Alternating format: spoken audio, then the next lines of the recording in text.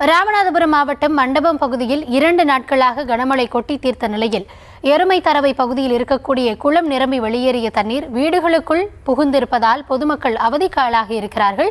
இதுகுறித்த விரிவான விவரங்களோடு எம்முடைய செய்தியாளர் பூபேஷ் இணைந்திருக்கிறார். பூபேஷ், வணக்கம். இந்த மழைநீர் உட்புகுந்ததால எத்தனை வீடுகள் பாதிக்கப்பட்டிருக்கிறது? அங்கே ஏதாவது முகாம் அமைக்கப்பட்டிருக்கிறதா? மக்களுக்கு தேவையான அத்தியாவசிய பொருட்கள் கிடைக்கிறதா? என்ன கூடுதல் விவரம்?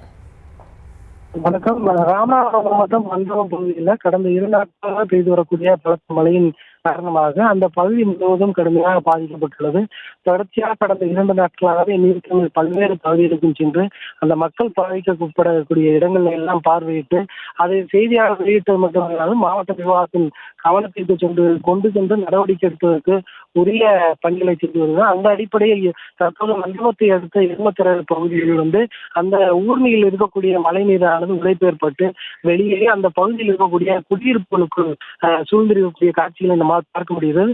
இந்த நூற்றுக்கணக்கான குடும்பத்தினர் வசித்து வரக்கூடிய சூழலில் தங்களுக்கு தேவையான அடிப்படை வசதிகளை பூர்த்தி செய்வது மட்டுமல்லாது எறும்பு, பாம்பு, பூச்சி உள்ளிட்ட பல்வேறு விஷச்சந்துகள் இந்த வீட்டு பகுதிகளுக்கு வருவதற்கு வாய்ப்பு இருப்பதாகவும் மாற்று ஏற்பாடு செய்து உடனடியாக மாவட்ட நிர்வாகம் ஆய்வு செய்து இதனை மீட்பு நடவடிக்கையை துரிதப்படுத்த வேண்டும் என்ற அந்த பகுதி மக்களுடைய கோரிக்கையாக வலுத்திருக்கிறது.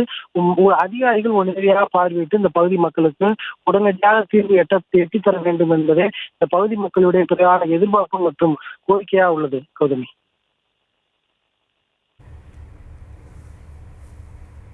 விவரங்களுக்கு நன்றி பூபேஷ்.